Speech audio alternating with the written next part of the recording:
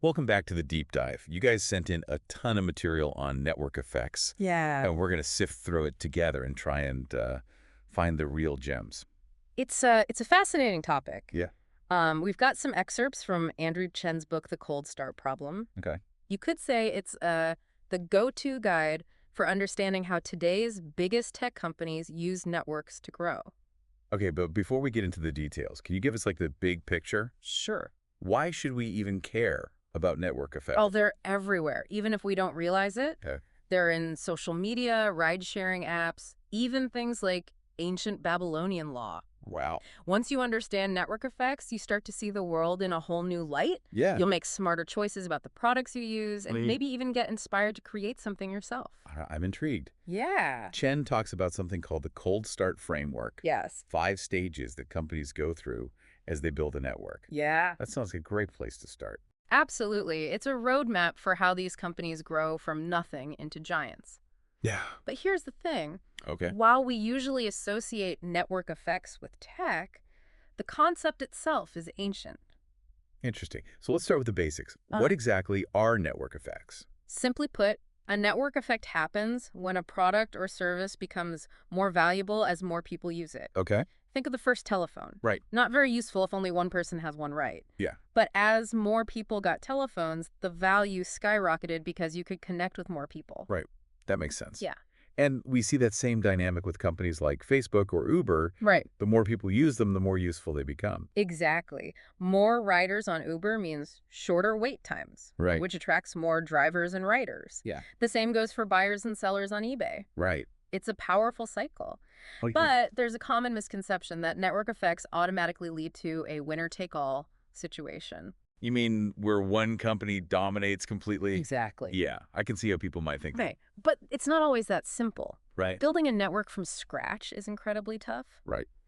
There's this idea called Metcalfe's law, Okay. which says a network's value is proportional to the square of its users. Yeah. Catchy, Yeah. but it oversimplifies things. So what are we missing with Metcalfe's law?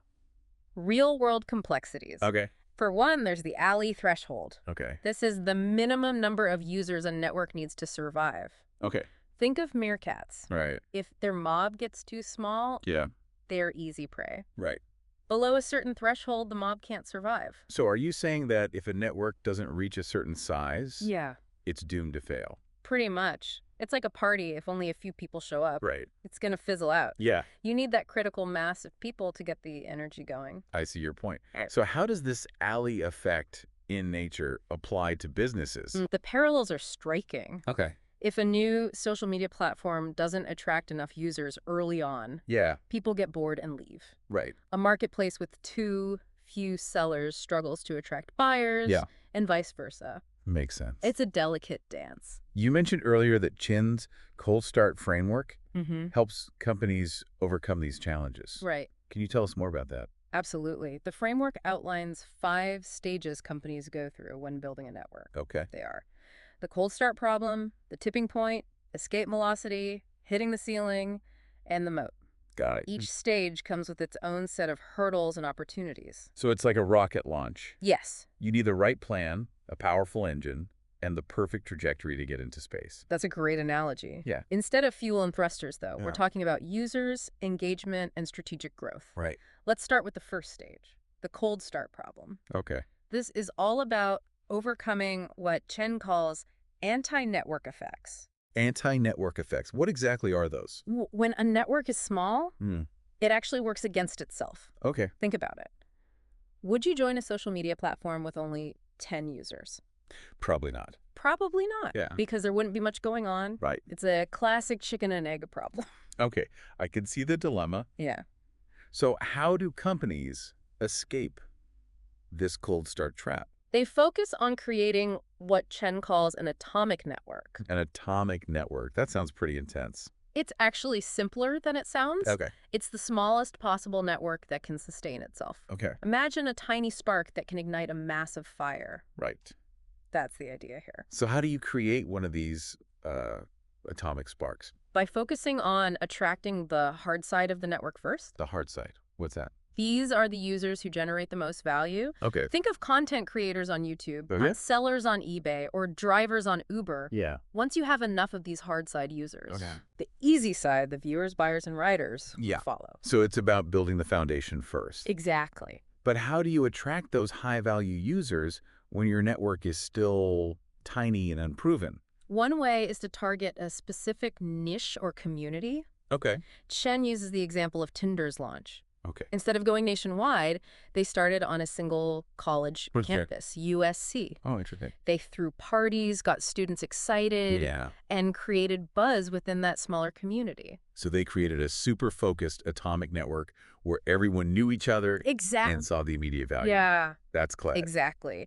And once they were successful at USC, Yeah. they replicated that model at other colleges, Right. gradually expanding outward. Yeah, that makes sense. This leads us to the next stage of the cold start framework, the tipping point. Okay. But we can save that for later. Okay. Let's take a moment to digest everything we've covered so far. Sure. We've talked about the power of network effects, Yeah. the challenges of the alley threshold, Right. and the importance of building that initial atomic network. Right. It's a lot to think about. It is, and it's just the beginning. There's so much more to unpack about how networks grow and compete. I'm ready to dive in. But first, let's take a quick break. Okay. We'll be right back to continue our exploration of network effects and the cold start framework. All right, let's jump back into our exploration of the cold start framework. Okay. You mentioned the tipping point is the next stage Yeah, after establishing that initial atomic network. that's right. Oh. It's the moment when things really start to take off. Okay. Think back to the Tinder example. Okay. Their initial success at USC was crucial, Right. but the real magic happened when they replicated that model at other college campuses. So the tipping point is about scaling up that initial spark. Exactly. Yeah. Each new campus they launched on Yeah. benefited from the growing network. Okay. Imagine joining Tinder and seeing that everyone from your high school is already on it. Suddenly, the app becomes much more appealing. I get it. It's about building momentum, Yeah, making the network irresistible. precisely. And this leads us to the third stage, Okay. escape velocity. Escape velocity. This is where growth explodes and the company starts building a sustainable business. So it's not just about user numbers anymore. Right. Okay. Now it's about user engagement, Yeah. retention, and figuring out how to make money. Right. Chen highlights 3 forces that drive this stage. Okay. I'm all ears. What are they? First, there's the acquisition effect. Okay. This is about optimizing how you bring in new users. Right. Think viral marketing campaigns, Okay. referral programs, anything that helps you acquire users more efficiently. So it's like fine-tuning your engine for maximum speed. A perfect analogy. Yeah. The second force is the engagement effect. Okay. This is about making your product so engaging that people keep coming back for more. So how do you make a network sticky? What are some tactics companies use? It depends on the product, but it often involves adding new features, Okay. creating a sense of community, Uh-huh. and personalizing the user experience. Okay. Think about the evolution of Twitter. Right. It started as a simple way to follow friends. Right. Now it's a platform for diverse communities with trending topics and multimedia content. Yeah. The experience is much richer. It's like the platform grew along with its users, Exactly. giving them more of what they wanted. Exactly. Yeah. And the third force is the economic effect. Okay. This is where the company figures out how to make money from its network. Right. Because at the end of the day, a business needs to be profitable. Of course. Yeah. Some companies use advertising, Right. others use subscriptions, Yeah. and some charge transaction fees. Yeah. The key is to find a model that aligns with the value you provide. So we've got this powerful engine running. Yeah. We're attracting users, keeping Yeah. them engaged, Yes. and generating revenue. Yeah. It sounds like a recipe for unstoppable growth. But is it really? That's a great question. Okay. And it leads us to the fourth stage, hitting the ceiling. Okay, that doesn't sound as optimistic. Yeah. What kind of ceiling are we talking about here? The ceiling of growth. Okay. Every network eventually faces challenges as it matures. Right. It might be market saturation, rising acquisition costs, or declining engagement. So even with network effects, Yeah. there are limits to growth. Unfortunately, yes. Okay. Even the most successful networks have to deal with this. Right. Think about eBay. Oh, is as they grew, yeah. they faced increasing competition, Right. higher costs to acquire new sellers, Yeah. and user engagement started to plateau. So what happens when you hit this ceiling? Do you just Mhm. accept that growth is over? Not at all. Okay. Companies need to innovate and adapt. No. eBay, for example, Yeah. introduced features like buy it now, Right. expanded into new categories, Oh. and focused on improving the user experience. Okay. They found ways to push past those limitations. So it's about constantly evolving and finding new ways to create value. Absolutely. Okay. Companies that can't adapt risk becoming stagnant and losing their competitive edge. Right.